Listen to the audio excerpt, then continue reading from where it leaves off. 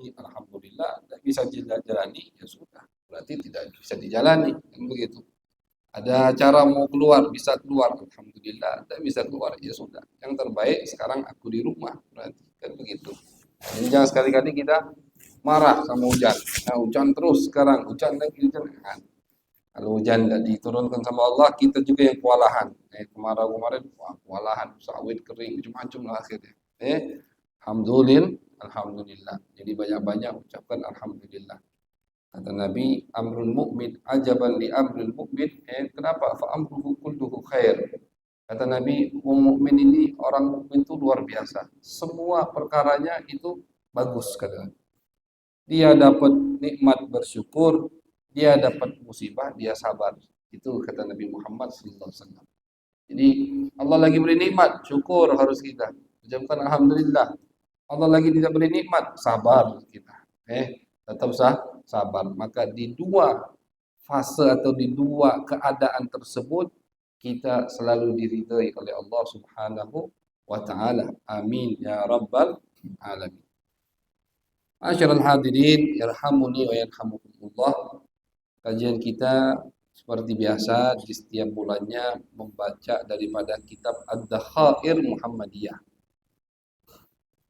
Sekali lagi kita sebutkan arti dari dakhair. Dakhair ini simpanan. Jamak dari dakhirah, simpanan. Simpanan. Kenapa beliau kasih judul kitab ini simpanan? Karena beliau Abu Said Muhammad mengumpulkan faedah-faedah yang ada di kitab ini dengan susah payah di selama masa studi beliau, dan beliau jadikan ini faedah seperti simpanan yang berharga. Kita pernah ceritakan di awal majelis kita dulu pembukaan bahwasannya kitab ini asalnya belum beliau mau cetak. Tapi karena desakan oleh beberapa orang yang dekat dengan beliau, karena tahu beliau punya kitab seperti ini, minta untuk dicetak. Makanya beliau katakan, ini dakhirati, ini simpanan aku. Tapi diminta untuk dicetak, biar bisa diambil faedah, manfaat dari kitab tersebut. Jadi susunannya, itu susunannya tidak seperti kitab-kitab yang lain. Mungkin kita lihat dari bab-bab sebelumnya, kayak kitab-kitab sejarah yang lain. Dari awal dibahas kelahiran Nabi, dibahas siapa yang nyusui Nabi, siapa yang ngasuh Nabi. Malam ini pembahasan kita siapa anak Nabi. Nanti ada pembahasan siapa istri Nabi.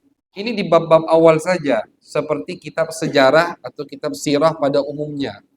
Tapi nanti kita makin masuk ke dalam, pembahasannya nggak kayak sejarah, lain. Jadi kayak bahas tentang ini, nanti bahas tentang maulid, nanti bahas tentang tawassul, atau nanti bahas tentang mukjizat, nanti jadi macam-macam. Jadi ini kitab beliau memang kumpulkan dari faedah yang sangat mahal sekali dari masa pelajaran beliau, dan beliau jadikan kitab, maka akhirnya dicetak. Nikmat dari Allah Subhanahu wa taala. Kalau tidak dicetak, kita tidak bisa membacanya malam ini. Alhamdulillah dicetak sehingga kita bisa membacanya. Jadi ini juga salah satu nikmat dari Allah Subhanahu wa taala. Auladuhu sallallahu alaihi wasallam. Anak-anak Nabi. Seperti yang kita ketahui, Nabi itu manusia, ya. Manusia kawin. Nah, manusia kawin juga diberikan anak dari Allah Subhanahu wa taala. Jadi Nabi punya anak.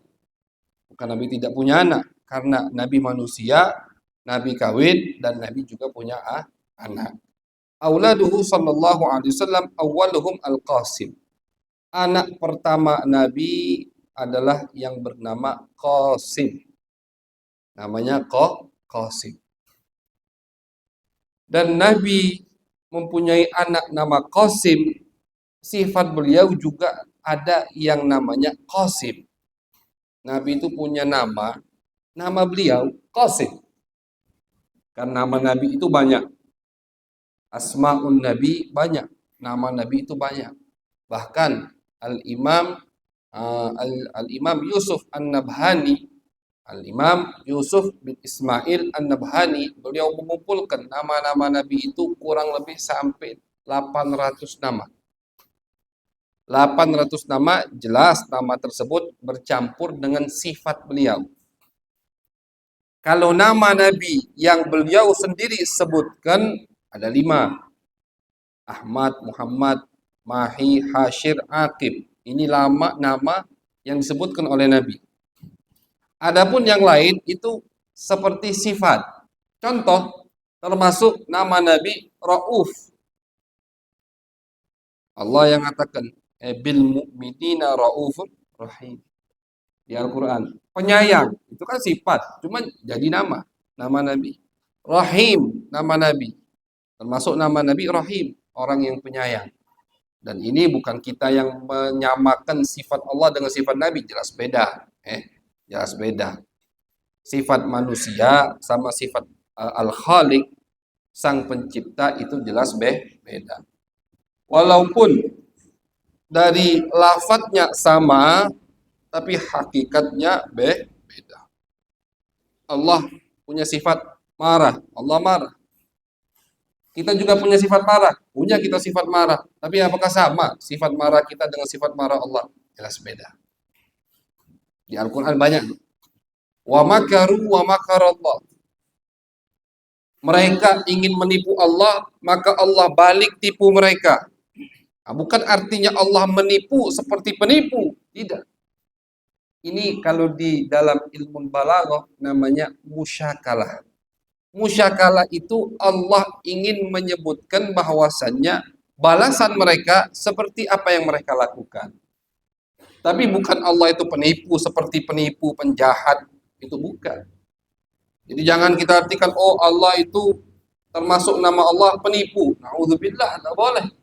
Oh itu kan di Al-Quran, Allah mengatakan wa makaru wa makarallah. Mereka ingin menipu Allah, maka Allah tipu mereka. Oh berarti nama Allah penipu. Tidak boleh. Bukan maksudnya Allah menipu di situ. Ya. Jadi tidak mesti sama ketika lafadznya sama. Ketika lafadznya sama, tidak mesti gambaran, tasawurnya itu sama. Ar-Rahmanu 'alal arsy istawa. Istawa artinya kalau diartikan duduk atau berdiam di singgasana. Kalimatnya sama. Kalau diterjemahkan kalimatnya sama dengan kita, cuman gambarannya harus kita bedakan. Allah itu Al-Khaliq, sang pencipta, tidak butuh dengan makhluk, tidak butuh dengan tempat. Kalau kita butuh dengan tempat. Kalau Anda katakan Allah sudah duduk di arsy, di singgasananya, maka sebelum ada singgasana Allah di mana? Tidak bisa jawab. Oh ada tempat lain, sebelum tempat itu ada, Allah di mana? Tidak bisa jawab. Karena makhluk itu pasti ada awalnya, makhluk. Sedangkan Al-Khaliq Allah tidak ada mulanya. Makanya Allah tidak butuh dengan zaman. Allah tidak butuh dengan makan, dengan tempat. Kenapa? Karena az-zaman wal makan makhluk. Waktu, zaman itu makhluk. Al-makan, tempat itu makhluk. Allah Khaliq, Khaliq tidak butuh dengan makhluk. Kalau Allah butuh dengan makhluk, maka sebelum makhluk ini diciptakan, Khaliq di mana dong? Gimana? Nah, begitu. Jadi bakal muter jawabannya. Ujung-ujungnya mentok ke dinding, kejedut akhirnya. Tidak ketemu jawaban. Jadi jangan kita samakan. Jadi jangan ada orang tuh suka cepat-cepat nyalahkan. Oh ini sukanya makan Nabi dengan Allah, suka menyandingkan Nabi dengan Allah. Nabi itu makhluk. Katakan kepadanya, kami iman, kami yakin Nabi itu makhluk. Ketika kami menyebutkan Nabi adalah penolong kita, bukan artinya penolong kita seperti Allah. Ketika kita minta melalui Nabi, bukan kita meyakini Nabi itu an-nafi' wad-dhar. Bukan kita meyakini Nabi itu zat seperti Allah, mutlak yang bisa memberi manfaat dan madarat, tidak. Tidak ada yang berkeyakinan seperti itu. Alhamdulillah. Nah, jadi tidak mesti ketika lafadznya sama, tasawurnya, gambarannya, maknanya juga sama. Jadi itu harus kita mengerti, karena di Al-Quran banyak lafadz-lafadz yang seakan-akan Allah sama dengan makhluk, tapi tasawurnya tidak bisa digambarkan seperti makhluk. Banyak sekali itu di dalam Al-Quran. Nah, jadi kembali ke sini. Termasuk nama Nabi, nama anak beliau Qasim. Termasuk nama Nabi, sifat Nabi Qasim. Beliau yang mengatakan. Apa kata Nabi? Innama ana Qasim wallahu huwal mu'ti. Kata Nabi, aku ini tugasnya membagikan. Bagikan apa ya Rasulullah? Bagikan surga, kata Nabi. Nabi tugasnya bagikan surga. Dan Allah yang memberi, kata Nabi. Nabi banyak tuh sahabat yang dikasih surga sama Nabi.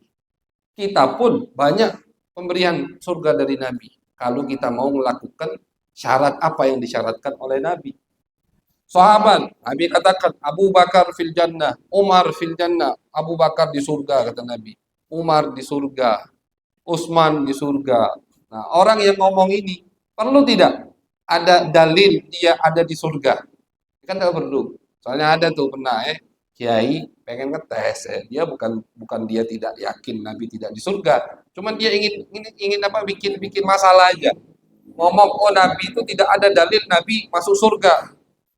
Betul, tidak ada dalil secara khusus. Cuman kan kalau Nabi udah bagi-bagi surga, berarti kan surga punya siapa? Punya Nabi besar Muhammad sallallahu alaihi wasallam. Jadi Nabi bagi di dunia surga kepada sahabat-sahabat dan Nabi bagi surga kepada kita. Salah satunya kata Nabi barang siapa?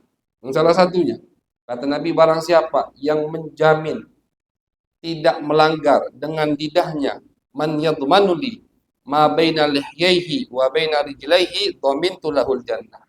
Barang siapa yang bisa menjaga lidah dan kemaluannya, dua anggota tubuh ini bisa kalian jaga.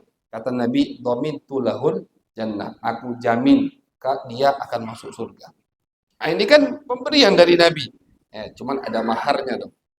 Setiap sesuatu itu kan ada maharnya. Mau kawin aja wajib mahar, gitu kan? Wajib bayar mahar. Apalagi mau masuk surga harus ada maharnya. Dengan apa? Dengan taat kepada Allah, taat kepada Nabi besar Muhammad sallallahu alaihi wasallam. Jadi anak Nabi pertama namanya Al-Qasim.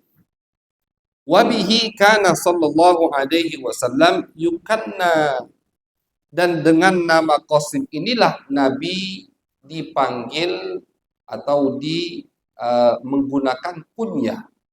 Kunyah itu kalau tidak salah pernah kita bahas, kunyah itu memanggil seseorang dengan nama anaknya. Ini termasuk adat Arab untuk memuliakan seseorang. Di Arab sana ketika ingin memuliakan seseorang tidak sanggup untuk memanggil namanya, kita panggil nama anaknya. Contoh Nabi, wahai ya Abul Qasim, wahai bapaknya Qasim. Wahai bapaknya Qasim. Biasanya dengan nama anak pertamanya.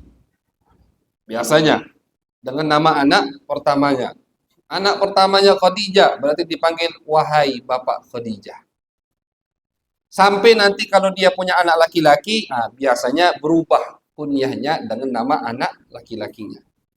Tapi kalau anak pertamanya perempuan, dipanggil dengan nama anak perempuannya, wahai bapaknya Khadijah. Atau perempuan, ibunya. Kadang orang Arab itu saking mereka ingin menjaga kehormatan mereka, kadang wanita pun tidak dipanggil namanya. Oh, hadirilah majlis ini akan dihadiri oleh Ustazah Fulan, tidak. Oleh Ustazah ibunya Khadijah, misalkan. Orang tahu yang dimaksud Fulana. Tapi orang juga tahu dia punya anak namanya Khadijah, sehingga pakai kunyah, tidak pakai nama. Ini metode Arab, cara orang Arab untuk memuliakan sesama mereka. Dan Nabi dimuliakan, jelas Nabi orang yang mulia dan termulia. Maka Nabi dipanggil dengan kunyahnya Abul Qasim. Wahai bapaknya Qasim. Dan ini kunyah khusus untuk Nabi besar Muhammad sallallahu alaihi wasallam. Tidak boleh ada orang yang memakai kunyah tersebut di mazhab Imam Asy-Syafi'i. Menurut Imam Syafi'i sampai sekarang tidak ada orang yang boleh pakai kunyah seperti kunyahnya Nabi. Walaupun anak besarnya Qasim. Kita punya anak nama Qasim. Boleh tidak kita kunyah, dipanggil kita sama orang wahai bapaknya Qasim? Tidak boleh. Ini menurut Imam Asy-Syafi'i. Kenapa Imam Syafi'i bisa berpendapat seperti itu? Karena ada larangan dari Nabi besar Muhammad sallallahu alaihi wasallam. Sammu bismi wala tatakannau bikunyati. Kata Nabi, silakan kalian mau memberi nama anak kalian dengan nama aku, silakan. Muhammad, Ahmad, silakan. Tapi jangan pakai kunyah aku, kata Nabi. Ini hadisnya sahih, larangan dari Nabi. Imam Asy-Syafi'i memahami hadis tersebut, ini larangan secara mutlak untuk sampai hari kiamat. Nabi mengatakan silakan pakai nama aku, tapi jangan pakai kunyahku. Walaupun anak kalian Qasim, silakan anak kalian namakan Qasim, tapi kalian jangan dipanggil wahai bapaknya Qasim. Kenapa alasannya Nabi melarang? Ada ceritanya. Suatu hari Nabi lagi jalan di pasar. Ketika Nabi jalan di pasar, biasa ada orang munafik, munafik Madinah itu, yang di belakang kafir, tapi di depan Nabi pura-pura muslim. Ini munafik manggil Nabi, ya Abul Qasim, ya Abul Qasim. Nabi noleh. Pas Nabi noleh, dia ngomong, bukan kau yang aku maksud, itu Qasim satunya. Ternyata di situ ada juga orang yang punya anak namanya Qasim. Ini sengaja ingin buat Nabi jengkel istilahnya. Sengaja buat Nabi marah, biar Nabi noleh. Oh bukan. Kan kayak kalau bahasa Palembang juga. Gitu. Apa itu juga? Dipanggil, noleh, datanya bukan dia. Gitu. Nah, jadi sengaja ingin bikin Nabi kesal. Pas Nabi udah noleh, dia ngomong, bukan inti yang ana maksud. Tapi itu, Qasim satunya. Nah, langsung Nabi melarang. Kenapa Nabi melarang? Bukan Nabi tidak suka bukan Nabi marah ketika diejek, bukan. Bukan Nabi ingin terlihat beda dengan orang lain, bukan. Kita kalau dengar hadis, kita dengar Nabi mengatakan seakan-akan Nabi menghormati dirinya sendiri. Jangan sekali-kali kita berpikiran Nabi pengen dimuliakan. Jangan sekali-kali kita berpikiran, oh Nabi ini pengen terasa beda dari manusia yang lain. Nabi pengen dibedakan. Nabi pengen diberi khususiyat. Tidak. Nabi bukan untuk dirinya, tapi Nabi takut ketika beliau tidak sengaja marah atau tersinggung ketika ada orang yang memanggil orang lain, tapi Nabi yang noleh, takutnya Allah yang marah. Nabi itu yang dia takut. Takut misalkan, ini taruhlah munafik, memang finnar, di api neraka. Nabi takut nanti kalau sahabatnya, orang yang dia cintai, manggil orang lain Abul Qasim, Nabi noleh. Terjadi kesalahpahaman, gitu kan? Ini sahabat ngomong, ya Rasulullah bukan antum yang ana maksud, tapi orang itu. Nah, takutnya Allah yang marah. Agar murka Allah tidak turun kepada sahabat-sahabatnya, Nabi larang, jangan pakai kunyaku. Karena ini kunyah udah kayak simbol khususiyah untuk Nabi besar Muhammad sallallahu alaihi wasallam. Nah, jadi kalau di zaman Nabi tidak ada khilaf haram menggunakan kunyah Abul Qasim. Wahai bapaknya Qasim. Yang khilaf itu setelah Nabi meninggal. Imam Asy-Syafi'i mengatakan tetap haram walaupun Nabi sudah meninggal. Imam Malik mengatakan tidak. Illat, lihat, kenapa Nabi haramkan? Sebabnya takut Nabi yang noleh. Nabi sudah tidak ada, sudah meninggal dunia, maka keharaman tersebut sudah selesai. Itu menurut Imam Malik. Jadi menurut Imam Malik, setelah Nabi meninggal, boleh orang pakai kunyah Abul Qasim. Tapi menurut Imam Syafi'i, karena lafadznya umum, Nabi tidak ngomong, jangan pakai kunyah aku selama aku hidup. Nabi ngomong, wala tatakannau bi kunyati. Jangan pakai kunyahku. Kata Nabi, kata Imam Syafi'i ini global sifatnya itu mujmal, umum, maka sampai hari kiamat pun tetap tidak boleh menggunakan kunyah Abul Qasim, bapaknya Qasim. Karena memang seakan-akan itu nama khusus untuk baginda Nabi besar Muhammad sallallahu alaihi wasallam. Jadi anak beliau yang pertama Al-Qasim. Wa Abdullah. Kemudian yang kedua dari anak beliau namanya Abdullah. Wa yusamma Thayyib wa Tahir. Abdullah ini ada lakopnya, gelarnya. At-Thayyib wa Tahir. At-Thayyib yang wangi, At-Tahir yang suci. Jadi nama Abdullah namanya Abdullah, gelarnya At-Thayyib dan At-Tahir. Waqila At-Thayyibu ghairu Tahir. Ada pendapat yang mengatakan tidak, Abdullah ini gelarnya Thayyib tapi bukan Tahir. Tahir anak Nabi yang ketiga. Begitu. Jadi pendapat yang pertama mengatakan anak Nabi yang kedua Abdullah, laki-laki cuma dua berarti. Ini dari Siti Khadijah ya, yang dari Siti Khadijah. Laki-laki cuma dua, Al-Qasim wa Abdullah. Abdullah ini punya gelar. Gelarnya apa? At-Thayyib dan At-Tahir. Sebagian ulama mengatakan tidak. Gelar Abdullah cuma Thayyib.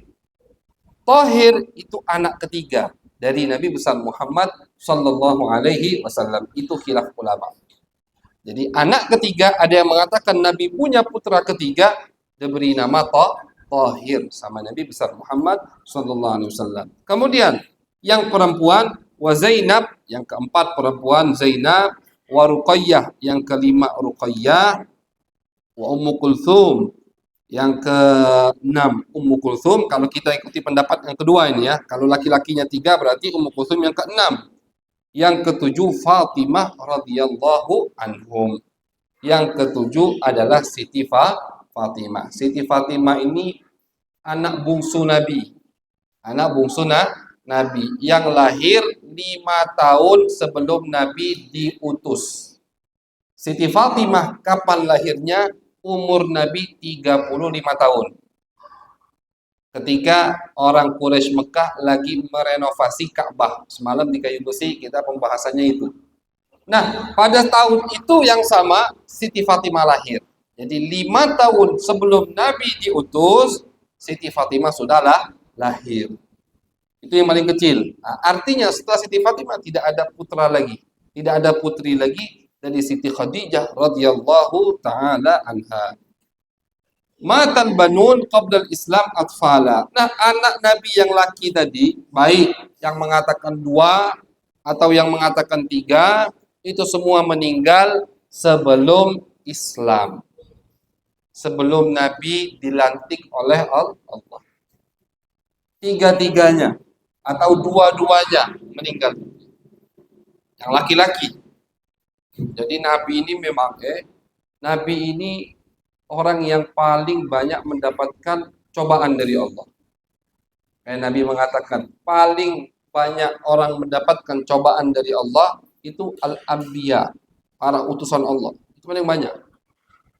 Tsumma al-adna fal-adna. Kemudian kata Nabi, yang paling banyak cobaannya orang yang makin dekat dengan Nabi, makin dekat dengan Nabi. Artinya orang yang kedudukannya dinaikkan oleh Allah, orang yang makin dicintai oleh Allah, itu musibahnya paling banyak. Jadi jangan kita jadikan patokan dicintai sama Allah itu hidup enak. Oh, hidupnya enak ini. Oh, ini dicintai sama Allah. Nah, rumahnya 2 tingkat, mobilnya banyak, sawitnya hektaran, ya, bisnisnya macam-macam. Ini orang dicintai oleh Allah? Tidak. Orang yang dicintai Allah makin naik kedudukannya, makin dia diberi musibah, cobaan oleh Allah. Waliyumahhisallahu alladhina amanu, kata Allah. Orang yang beriman itu ada tamhis, ada apa? Ada saringannya. Ada saringannya. Jadi ketika ada orang, siapapun itu, baru ingin menata hatinya untuk dekat kepada Allah, bahasa sekarang baru hijrah, tapi dapat musibah, jangan mundur. Ini kadang tidak. Oh, pas aku mau hijrah, bisnis aku malah merosot, berarti tidak bagus ini. Hati-hati. Itu cobaan dari Allah. Betul tidak Anda mau hijrah? Betul tidak Anda mau dekat denganku, kata Allah. Ketika Anda menata hati Anda, ingin dekat, makin dekat kepada Allah, mulai merutinkan wirid, rutinkan sholawat, rutinkan baca sholawat pada Nabi, rutinkan baca Al-Quran, sholatnya rapi, puasanya rapi. Artinya dia makin dekat dengan Allah, tapi bisnisnya merosot, misalkan. Hati-hati, jangan sampai mundur. Itu cobaan dari Allah Subhanahu. Itu jelas sekali cobaan dari Allah. Kalau dia tidak paham, ditinggalkan, oh berarti mendingan enggak usah hijrah dulu lah, yang ngumpulin duit dulu. Na'udzubillah min dzalik. Jadi makin dekat orang dengan Allah, makin banyak cobaannya, makin banyak musibahnya. Itu kata siapa? Kata Nabi besar Muhammad sallallahu alaihi wasallam. Nabi lihat, belum jadi nabi, anaknya semua meninggal yang laki-laki. Bahkan yang perempuan juga meninggal di zamannya. Hanya Siti Fatimah yang meninggal setelah Nabi. Bayangkan. Nabi, orang tuanya meninggal, beliau masih kecil, ibunya. Bapaknya meninggal, beliau masih dalam kandungan. Nabi, kakeknya meninggal, beliau masih umur 8 tahun. Nabi, pamannya meninggal ketika beliau lagi butuh dengan pamannya. Istrinya meninggal, Nabi hidup masih, Siti Khadijah. Jadi Nabi itu merasakan, jadi betul Allah mengatakan, laqad kana lakum fi Rasulillahi uswatun hasanah. Suri tauladan itu ada pada Nabi untuk kalian. Kalau ada orang yang baru meninggal, ditinggal bapaknya, Nabi juga ditinggal bapaknya. Orang ditinggal oleh istrinya, Nabi pernah ditinggal. Artinya ada suri tauladan untuk kita meniru. Siapa yang bisa kita tiru ketika kita lagi dapat musibah? Musibah apa? Ditinggal oleh bapaknya, Nabi ada. Musibah apa? Ditinggal oleh ibunya, Nabi juga pernah. Ditinggal oleh anaknya, Nabi juga pernah. Ditinggal istrinya, Nabi juga. Semua Nabi ada. Ditinggal paman yang beliau cintai, Abu Talib, Hamzah. Ditinggal teman yang beliau, banyak sahabat-sahabatnya yang meninggal di masa hidup Nabi besar Muhammad sallallahu alaihi wasallam. Jadi harus kita bayangkan bagaimana hati Nabi kuatnya. Padahal ini orang tercinta yang sangat disayangi oleh Allah. Kalau memang betul orang yang tercinta tidak dapat musibah, ini semua akan hidup sampai Nabi yang meninggal, baru mereka semua meninggal. Tapi bukan begitu jalan hidup yang ditakdirkan oleh Allah Subhanahu wa taala. Jadi anak Nabi dua-duanya atau tiga-tiganya yang laki-laki itu semua meninggal masih kecil-kecil, balita. Sebelum Nabi Muhammad diutus oleh Allah Subhanahu wa taala, wal banatu adraknal Islam wa hajarna ma'ahu. Sedangkan yang perempuan, yang pertama Zainab, yang kedua Ruqayyah, kemudian Ummu Kalsum, yang keempat Fatimah, empat-empatnya itu nututi Islam dan hijrah bersama Nabi besar Muhammad sallallahu alaihi wasallam, ikut ke Madinah empat-empatnya. Wa kulluhunna min Khadijah radhiyallahu anha.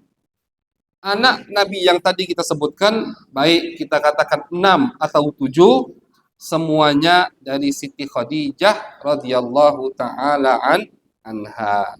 Jadi termasuk kelebihan Siti Khadijah dari istri-istri Nabi yang lain, bahwasannya hanya Siti Khadijah yang memberikan anak untuk Nabi besar Muhammad sallallahu alaihi wasallam. Kenapa? Wallahu a'lam. Apa itu hikmahnya kita nggak tahu. Padahal setelah Siti Khadijah, Nabi nikah dengan Aisyah, masih muda, perawat, satu-satunya perawat. Setelah dengan Aisyah, Nabi nikah dengan Hafsah, Ummu Salamah, Zainab ada 2, Sofiyah, ada Juwairiyah. Ini semua istri-istri Nabi ketika Nabi nikahi lebih muda dari Siti Khadijah ketika menikah dengan Nabi. Jadi perlu kita ketahui, Nabi itu betul, istrinya semua janda kecuali Aisyah, kecuali satu perawat. Tapi bukan artinya janda-janda, soalnya ada mulut yang berani komentar mengatakan ini ada. Kalau ini tidak ada, tidak kita bahas. Ada orang gelarnya doktor berani ngomong kalau mau poligami, poligami dengan alasan ngikuti sunnah Nabi, maka nikahi dong janda-janda tua. Itu omongannya. Kita tidak usah bahas poligaminya. Bapak-bapak pasti senang kalau bahas poligami. Tapi ibu di rumah yang nonton ini merengut. Kita tidak usah bahas poligaminya. Dari mana Anda mengatakan istri Nabi janda tua? Itu yang harus kita bahas. Karena dia mengatakan, kalau Anda ingin poligami mengikuti sunnah Nabi, maka nikahi janda-janda tua, berarti seakan-akan dia mengatakan Nabi itu istrinya janda tua semuanya. Sayyidah Khadijah yang dinikahi Nabi umurnya 40. Statusnya janda, umurnya 40 tahun. Sayyidah Khadijah cantik. Berapa banyak janda sekarang yang umur 50 tahun masih bapak ini masih banyak yang mau sama dia. Kenapa? Karena cantik. Terkadang karena cantik walaupun umurnya 50 tahun, 55 tahun masih menawan. Ini Sayyidah Khadijah 40 tahun. Istrinya belum terlalu tua. Sudah matang, bahasanya matang, tapi tidak tua dan cantiknya luar biasa. Semua orang Mekah ingin melamar Siti Khadijah tapi ditolak. Karena beliau tidak tertarik. Beliau cantik, dari keluarga yang termulia, kaya lagi, hartanya banyak. Tapi pas melihat Nabi tertarik baru. Karena memang yang diinginkan bukan kegantengannya tapi akhlak yang mulia dari Nabi besar Muhammad sallallahu alaihi wasallam. Janda yang Nabi nikahi tertua itu Siti Khadijah. Selain Siti Khadijah semua di bawah 40 tahun. Bahkan ada yang masih belasan tahun. Siti Sofiyah yang dari bangsa Yahudi itu dinikahi Nabi janda, umurnya diriwayatkan baru 17 atau 18 tahun. Juwairiyah yang bernama Barrah dari Bani Mustalik dinikahi Nabi, umurnya masih 20 tahun, janda. Ramlah Ummu Habibah, janda, dinikahi Nabi, umurnya 26 tahun. Ummu Salamah, kalau tidak salah 35 tahun. Janda betul, tapi tidak ada yang melebihi 40 tahun. Nah, dari mana Anda katakan janda-janda tua? Begitu. Jadi jangan sembarangan kalau komentar tentang Nabi besar Muhammad SAW. Sering kita sampaikan, dimanapun itu, kalau Anda melihat ada yang ceramah, ada yang khutbah, ada yang buat konten video, siapapun itu, mau gelarnya Habib, mau gelarnya Kiai, mau gelarnya LC, mau gelarnya Al-Hafiz, mau pakai imamah putih, imamah hijau, imamah hitam, mau jenggotnya panjang 1 meter atau enggak ada jenggot, hitam jidatnya atau tidak hitam, kalau dia berani ngomentari tentang Nabi, hapus, langsung stop, jangan didengar. Kalau berani dia ngomentari tentang hal-hal yang berkaitan dengan Nabi besar Muhammad sallallahu, jangan didengar. Siapapun itu, mau Habib sekalipun jangan didengar. Kalau berani ngomentari hal-hal yang berkaitan dengan Nabi, istri-istri Nabi, keluarga, anak keturunan Nabi, sahabat Nabi besar Muhammad SAW, syariat Nabi besar Muhammad SAW, berani dia komentar, hapus dari pikiran Anda, dari hati Anda. Jangan dengar lagi, sesat pasti itu. Karena orang yang berani komentari Nabi, orang yang sesat. Na'udzubillah minda. Jadi jangan dengar tuh yang enak-enak aja, yang adem, yang cinta sama Nabi, cinta sama keluarga Nabi, cinta sama sahabat Nabi, menghormati mereka semua. Itu yang harus kita dengari. Karena itulah yang mengarahkan kita mendapatkan ridho Allah dan ridho Nabi besar Muhammad sallallahu alaihi wasallam. Jadi gampang untuk mau tahu ini pantas didengar atau tidak. Lihat apa yang dia bahas. Kalau berani komentari kritik Nabi, udah hapus langsung. Jangan didengar siapapun itu, karena orang itu orang yang sesat. Bahas orang tua Nabi sesat, jangan didengar. Apapun katanya, apapun yang dia omongkan, kitab manapun yang dia buka, jangan didengar. Kita ini hati kita jaga. Mungkin ilmu kita tidak banyak, mungkin kita tidak alim, kita tidak hafal Al-Quran, tapi hati kita harus kita jaga dalam mencintai Nabi besar Muhammad SAW. Amal kita sedikit, amal udah sedikit, sholat pas-pasan, sedekah pas-pasan, berani komentari Nabi, terus mau selamat pakai apa nanti di akhirat? Kan begitu. Amal kita pas-pasan. Jangan katakan banyak ibadah, bohong yang ngomong banyak ibadah. Sholat kita pas-pasan, maksiat masih kita. Di depan umum kita nggak maksiat, di belakang sendirian maksiat kita. Mata kita nakal, lihat yang haram masih. Kalau kita di akhirat mau selamat, hati kita tidak kita jaga dengan mencintai Nabi, menghormati Nabi. Dengan apa kalian mau selamat di akhirat? Pakai modal apa? Modal puasa ada, sedekah ada, sholat ada. Terus mau modal apa? Cuma satu modal kita ini, cinta kepada Nabi. Jadi orang yang hatinya penuh cinta, takzim, memuliakan Nabi, kalau cinta buta itu tidak boleh. Tapi kalau sama Nabi, silahkan Anda cinta buta. Karena butanya Anda dalam cinta Nabi, pasti mengarahkan Anda kepada surganya Allah Subhanahu wa Ta'ala. Tapi kalau cinta buta kepada manusia selain Nabi, itu bisa melenceng dari ajaran Nabi. Cinta buta kepada Habib, kepada Kiai. Kalau Habib Kiainya sesat, dia ikut sesat dong. Karena buta, kan begitu. Tapi kalau cinta buta kepada Nabi, makin buta, makin cepat kita sampai surganya Allah Subhanahu wa Ta'ala. karena tidak ada buta orang yang cinta kepada Nabi besar Muhammad sallallahu alaihi wasallam. Jadi semua anak Nabi yang 7 tadi kita sebutkan itu dari Siti Khadijah radhiyallahu taala anha. Wa wulida lahu sallallahu alaihi wasallam. Nah, kemudian Nabi juga punya anak yang lain bil Madinah. Lahir Nabi anak ketika beliau sudah di Madinah yang bernama Ibrahim. Jadi 7 tadi dari Siti Khadijah selesai sudah. Dari istri Nabi yang lain tidak punya anak. Nabi punya budak perempuan. Jadi kalau kita bahas istri Nabi 11. Tidak ada yang namanya Maria. Nah, ini Ibrahim, ibunya Maria. Siapa Maria ini? Maria ini budak perempuan Nabi. Dan budak perempuan itu boleh, namanya budak. Budak itu kayak benda, mau diapain saja tuannya, majikannya berhak. Nah, budak Maria adalah budak perempuan yang dihadiahkan oleh Raja Muqawqis. Ada raja dari Mesir, ketika diajak Islam sama Nabi, dia menolak, cuma dengan tolakan yang lembut, dan dia kasih Nabi hadiah macam-macam. Salah satunya Maria, budak perempuan. Qibtiyah, dari bangsa Qibtiyah.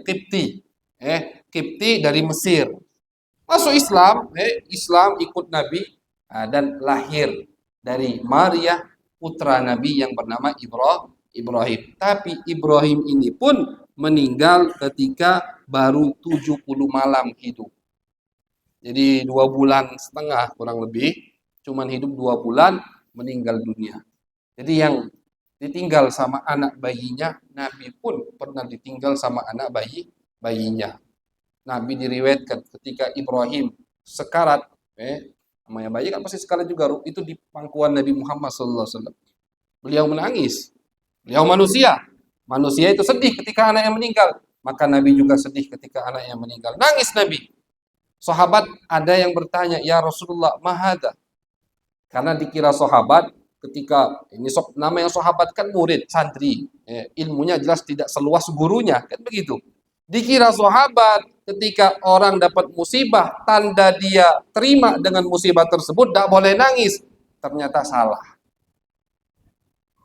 Dapat musibah, ada yang meninggal, nangis boleh? Boleh nangis. Karena itulah tabiat manusia kita. Sedih ketika ada yang meninggalkan kita. Menangis tidak apa-apa. Nabi menangis. Nabi pamannya meninggal, menangis. Istrinya meninggal, menangis. Anaknya meninggal, menangis. Nah, ketika Ibrahim meninggal, Nabi menangis. Sahabat di depannya melihat. Ada salah satu sahabat mengatakan, ya Rasulullah, apa ini? Kenapa menangis? Kata Nabi, hadihi rahmah. Ini tangisan kasih sayang. Wa inna li firaqika lamahzunun ya Ibrahim. Kami sedih wahai Ibrahim, ditinggal sama kau ini, kata Nabi. Wala naqul illa ma yurdi rabbana. Tapi kami tidak mengatakan kecuali yang diridhai oleh Tuhan kami, inna lillahi wa inna ilaihi raji'un. Itu jadi. Jadi boleh nangis, tapi jangan sampai nangisnya itu membuat dia tidak terima dengan qada Allah. Boleh sedih, boleh nangis, silahkan. Tapi jangan berlebihan sampai teriak-teriak. Sampai ribut misalkan, sampai mukul-mukul muka, haram. Laisa minna man darabal khudud wa syaqqal juyub wa da'a bidakwal jahiliyah. Kata Nabi, bukan termasuk golongan kami orang yang kalau dapat musibah mukul-mukul mukanya, mukul-mukul badannya, itu bukan golongan kami, kata Nabi. Dan merobek pakaiannya, itu juga bukan golongan kami. Bukan golongan kami. Siapa golongan kami? Orang yang kalau nangis, sedih, dapat musibah, dia katakan inna lillahi wa inna ilaihi raji'un. Itulah yang golongan dari kami. Jadi wajar nangis, tidak apa-apa nangis, tapi harus terima dengan qadar Allah Subhanahu wa taala. Jangan diperpanjang musibahnya. Kadang kita zaman sekarang ini suka manjang musibah. Perasaan sedih itu diulang-ulang lagi. Meninggal temannya, meninggal ini ya, diupload lagi fotonya. Sedih-sedih, itu udah cukup. Orang yang sudah meninggal, orang yang sudah bahagia di kehidupan sana, kita harus memperbaiki kehidupan kita. Zaman sekarang enggak, kadang orang yang udah meninggal, udah setahun meninggal, masih fotonya diupload, pakai status sedih, pakai gambar yang nangis, enggak perlu kayak gitu. Ya, jangan diperpanjang musibah. Musibah jangan perpanjang. Orang yang meninggal itu hidupnya udah lebih senang daripada kehidupan kita. Dia senang di sana, kita yang masih susah di sini. Jadi ketika Ibrahim tadi meninggal, Nabi Muhammad SAW menangis sedih. Wakila sab'atu ashur, wakila thamaniyat. Ada yang mengatakan Ibrahim tadi umurnya 7 bulan pas meninggal, ada yang mengatakan 8 bulan. Wa kulluhum, semua putra putri Nabi matu fi hayati, meninggal di zaman Nabi, illa Fatimah, kecuali Siti Fatimah, fata'akharat ba'dahu sab'ata ashur. Siti Fatimah meninggal 7 bulan setelah Nabi Muhammad. Ketika Nabi mau meninggal, Nabi panggil Siti Fatimah. Nabi panggil, dibisiki sama Nabi. Setelah dibisiki, nangis Siti Fatimah. Nangis, terseduh-seduh. Habis itu dipanggil lagi sama Nabi. Dibisiki lagi, ketawa Siti Fatimah. Senyum. Siti Aisyah nanya, apa yang tadi sampaikan Nabi? Kata Siti Fatimah, ini rahasia. Tidak boleh. Rahasia Nabi. Setelah Nabi meninggal, baru dibuka rahasia tersebut. Kata Siti Fatimah, panggilan yang pertama, Nabi mengatakan, ya Fatimah, aku akan meninggal dari sakitku yang sekarang ini. Nangis Siti Fatimah. Aku akan meninggal dari sakitku yang sekarang ini. Tahu Nabi. Ketika Siti Fatimah nangis, dipanggil lagi sama Nabi. Tapi Fatimah, kau senang tidak kalau kau pertama yang akan menyusulku di kehidupan barzakh sana? Jadi pertama yang meninggal dari keluarga Nabi setelah Nabi Muhammad adalah Siti Fatimah radhiyallahu taala. Maka tersenyum Siti Fatimah. Dan betul, Nabi meninggal kurang lebih bulan Muharram atau Safar akhir, Siti Fatimah meninggal itu di bulan Ramadan. Siti Fatimah meninggal di bulan Ramadan. Dan diriwayatkan Siti Fatimah tidak pernah tersenyum setelah Nabi Muhammad meninggal dunia. Dan beliau sudah kayak di kehidupan lain. Kenapa? Nabi. Hidup itu indah, manis karena ada Nabi. Nabi meninggal, hidup beliau susah. Karena lain. Yang meninggal adalah Nabi besar Muhammad sallallahu alaihi wasallam. Wa kana Zainab, nah, putri Nabi yang pertama Zainab, wahia akbaru banati, putri terbesar, inda Abil As ibn Rabi. Suaminya adalah Abul As. Jadi mantu pertama Nabi bernama Abul As bin Rabi. Waqad aslam, masuk Islam Abul As, fawaladat lahu Aliyan mata saghira, punya anak yang bernama Ali. Jadi Zainab punya anak namanya Ali, meninggal di masa kecilnya, dan punya anak kedua Zainab ini yang bernama Umamah. Wahia allati ja'a annahu hamalaha fi salatih. Umamah ini yang kalau kita dengar di dalam hadis, pernah Nabi sholat bawa bayi atau gendong anak kecil. Pernah tuh, ada di Bukhari Muslim. Nabi sholat sambil gendong anak kecil. Ketika Nabi mau ruku, Nabi ruku, diletakkan anak kecilnya. Nabi mau i'tidal, masih diletakkan. Sujud, pas Nabi mau qiyam lagi, diangkat lagi, digendong. Siapa anak kecil yang dibawa Nabi sholat? Umamah, cucu beliau. Siapa Umamah ini? Perempuan, nama perempuan Umamah. Ibunya adalah Zainab. Tapi kita harus tahu dulu, Nabi pas gendong Umamah, itu Umamah tidak membawa najis. Dulu itu tidak ada pempes. Sekarang kan pakai pempes semua tuh. Oh, Nabi pas sholat bawa budak kecil, bawa anak kecil. Udah mau niru dia. Sholat bawa anak kecil, isi pempesnya najis semua, tidak sah sholatnya. Jadi kalau memang kita tahu anak kita tidak membawa najis, yakin tidak, baru boleh Anda membawa dia sholat sambil digendong, tidak apa-apa. Kalau tidak menghilangkan khusyuk, kalau menghilangkan khusyuk, jangan. Gitu. Tapi kalau pempesnya penuh atau ragu ada najis atau tidak, jangan dibawa. Karena ketika Anda membawa dia membawa najis, seperti Anda sholat membawa najis, tidak sah sholatnya. Nah, jadi Umamah pas dibawa sama Nabi bersih, lagi tidak ada najis dan dulu tidak ada pempes begitu. Kemudian Umamah ini tazawwajaha Ali, yang dinikahi oleh Sayyiduna Ali. Umamah putri Zainab, cucu Nabi besar Muhammad SAW, itu dinikahi sama Sayyidina Ali. Tapi Sayyidina Ali menikahinya setelah wafat Siti Fatimah. Kenapa? Kan Siti Fatimah bibiannya. Tidak boleh orang nikah lagi dengan bibian bininya. Ente punya istri ente punya bibi, ente poligami tuh bibinya, tidak boleh. Atau ente punya istri ente punya keponakan perempuan, ente nikahi itu keponakannya perempuan di masa hidup istri ente, atau ketika dia masih statusnya istrimu, haram, tidak sah nikahnya. Nabi mengatakan la tujma'u bainal mar'ati wa khalatiha aw ammatiha. Ini pengharamannya bukan dari Al-Qur'an. Kalau di Al-Qur'an pengharamannya hanya dua saudari tidak boleh digabung. Wa antajma'u bainal ukhtaini illa ma qad salaf.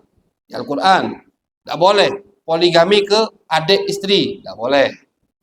Ini kalau di bab fikih mahram bil jama'. Ada perempuan itu yang mahram untuk kita, tapi bukan mahram seperti ibu kita, bukan mahram seperti saudari kita, mahram untuk digabung. Artinya haram untuk kita poligami kepadanya. Nikah lagi dengan dia haram. Kenapa? Kita nikahin kakaknya, kakaknya masih hidup, statusnya masih istri kita. Lain kalau udah cerai dengan kakaknya, atau kakaknya sudah meninggal, nikahi adiknya, itu boleh. Itu di Al-Quran. Diharamkan oleh Allah Subhanahu wa Ta'ala. Di hadis Nabi mengharamkan bibiannya. Jadi hadis itu Nabi juga punya hak untuk mengharamkan. Kata Nabi tidak boleh kau nikahi perempuan dan kau nikahi bibiannya, kau nikahi keponakannya, tidak boleh, haram. Sayyidina Ali ketika menikahi Umamah ini statusnya keponakan Fatimah istrinya setelah Siti Fatimah meninggal dunia. Dan itu pun wasiat dari Fatimah. Siti Fatimah wasiat, wahai Ali, pas mau meninggal, nikahi Umamah, keponakanku. Kenapa? Karena Siti Fatimah pas meninggal anaknya masih kecil-kecil. Kalau Sayyidina Ali nikah dengan orang lain, takutnya, namanya orang ibu kan, lebih mementingkan kepentingan anaknya. Kalau nikah sama orang lain, takutnya orang lain itu tidak bisa ngurus anaknya. Nikahi Umamah. Jadi kan misal, sepupu. Umamah dengan Sayyidina Hasan, selain sepupu juga ibu tirinya. Bisa ngurusin anak-anak Siti Fatimah radhiyallahu ta'ala anha. Jadi Fatimah, Umamah itu dinikahi oleh Nabi setelah Fatimah dinikahi oleh Sayyidina Ali setelah Siti Fatimah setelah beliau meninggal. Kemudian Umamah dinikahi oleh Mughirah dan mempunyai anak Yahya, dan Umamah meninggal ketika statusnya istri dari sahabat Mughirah. Adapun Sayyidah Fatimah radhiyallahu taala anha, putri Nabi, dinikahi oleh Sayyidina Ali. Fawaladallahu Hasan, punya anak Hasan. Sayyidah Fatimah yang suaminya Sayyidina Ali tadi, itu punya anak Hasan, punya anak namanya Husain, punya anak namanya Muhsin. 3. Jadi kalau orang udah, misalkan ada yang sini punya anak Hasan, punya anak Husain, kemudian lahir lagi anak dia yang ketiga, apa mau namakan? Namakan Muhsin. Karena anak Sayyidina Ali dan anak Sayyidah Fatimah itu 3 yang laki, Hasan, Husain, Muhsin. Tapi Muhsin ini meninggal di masa kecilnya. Jadi tidak ada keturunan. Yang ada keturunan sampai sekarang Hasan dan Husain. Hasan dan Husain itulah nenek moyang keturunan Nabi Muhammad SAW yang masih ada sampai sekarang. Keluarga Nabi, cucu Nabi, yang masih ada sampai sekarang, itu nyambung ke Nabi dari 2 ini. Kalau tidak dari Hasan, maka gelarnya Al-Hasani, atau dari Husain, maka dijuluki dengan Al-Husaini. Dari 2 ini. Kemudian punya juga Siti Fatimah anak perempuan yang diberi nama Ruqayyah. Ada juga yang namanya Zainab, ada yang namanya Ummu Kulthum. Ruqayyah meninggal kecil, Zainab nikah dengan Abdullah bin Ja'far, sepupunya, punya anak Ali, meninggal juga di masa kecil. Ummu Kulthum, anak Siti Fatimah, menikah dengan Sayyidina Umar bin Khattab. Jadi Sayyidina Umar itu ketika Nabi meninggal, Sayyidina Umar pikir, wah, aku ini sudah ada kerabat kepada Nabi, mertua Nabi. Sayyidina Umar punya anak, punya putri bernama Hafsah, istri Nabi besar Muhammad sallallahu alaihi wasallam. Kata beliau, Nabi udah meninggal, aku pengen nyambung lagi kali ke Nabi. Datang ke Sayyidina Ali, melamar Ummu Kulthum. Ummu Kulthum masih muda, Sayyidina Umar udah agak tua pada saat itu. Tapi karena yang ngelamar Sayyidina Umar bin Khattab, dinikahi sama Sayyidina Ali bin Abi Thalib. Jadi putri Siti Fatimah, cucu Nabi, ada yang bernama Ummu Kulthum, nikah dengan Sayyidina Umar, punya anak yang bernama Zaid. Kemudian Sayyidina Umar meninggal, Ummu Kulthum tadi nikah dengan sahabat, dengan tabi'in yang bernama Auf. kemudian saudaranya Abdullah. Adapun Ruqayyah dan Ummu Kulsum putri Nabi. Jadi putri Nabi Zainab, Fatimah udah kita bahas. Sekarang sisa putri Nabi yang bernama Ruqayyah dan Ummu Kulsum. Ruqayyah dan Ummu Kulsum ini dulu sebelum Nabi dilantik oleh Allah sudah diakadkan sama Nabi dengan dua putra Abu Lahab, Utbah dan Utaibah. Abu Lahab, paman Nabi dan musuh besar Nabi, itu sebelum Nabi jadi Nabi, ini cinta luar biasa kepada Nabi Abu Lahab. Sampai dia menikahkan dua putranya dengan dua putri Nabi besar Muhammad sallallahu alaihi wasallam. Yang bernama siapa? Ummu Kalsum dan Ruqayyah. Tapi baru ijab qabul, belum kumpul. Baru ijab qabul. Sampai sekarang, kadang di Arab itu sampai sekarang ada adat yang ijab qabul dulu, setelah ijab qabul baru dia boleh ketemu, datang ke rumah mertuanya, pacaran lah bahasa kita. Setelah setengah tahun atau setelah 1 tahun, yang cepat itu 3 bulan atau setengah tahun yang sedang, yang paling lama 1 tahun baru resepsi, baru kumpul, gitu. Sampai sekarang masih ada adat di Arab begitu. Jadi akad dulu, setelah akad tidak kumpul, tidak boleh berhubungan, dilarang sama keluarganya. Cuman biar halal saja, setelah 3 bulan, 6 bulan, baru resepsi kumpul. Itu sampai sekarang masih ada. Putri Nabi juga begitu. Sebelum Nabi menjadi Nabi, Ummu Kulsum dan Ruqayyah sudah dinikahkan kepada dua putra Abu Lahab. Ketika Nabi jadi Nabi, Abu Lahab musuhi Nabi, tambah meledak Abu Lahab marah ketika turun Tabbat yada Abi Lahab wa tab, yang mengklaim Abu Lahab di neraka. Abu Lahab panggil dua anaknya. Kalau kalian masih cinta sama aku, masih milik Abah, ceraikan itu dua putri Muhammad. Karena walaupun belum kumpul, tapi kan statusnya suami istri. Harus lepas ikatan tersebut dengan perceraian. Diceraikan oleh putra-putra Abu Lahab. Dan itu hikmah dari Allah. Allah jaga putri Nabi untuk dinikahi oleh orang-orang kafir. Setelah diceraikan oleh putra-putra Abu Lahab, Nabi nikahkan siapa? Ruqayyah kepada Sayyidina Utsman bin Affan. Nabi nikahkan kepada Utsman bin Affan. Punya anak dari Utsman yang bernama Abdullah. Kemudian di tahun kedua Hijriah, setelah peperangan Badar, itu Ruqayyah meninggal dunia. Ada masih adiknya Ummu Kulsum. Nabi nikahkan Ummu Kulsum kepada Sayyidina Utsman. Nah, ini gambarannya yang boleh. Tapi kalau Ruqayyah masih hidup, tak boleh Sayyidina Utsman nikah lagi dengan Ummu Kulsum. Ketika Ruqayyah sudah meninggal, Nabi nikahkan Ummu Kulsum, masih belum, statusnya masih kosong, belum ada suami. Nabi nikahkan kepada Sayyidina Utsman. Di tahun ke-7 Hijriah atau tahun ke-9, Ummu Kulsum meninggal lagi. Jadi kan putri Nabi meninggal semua di zaman Nabi.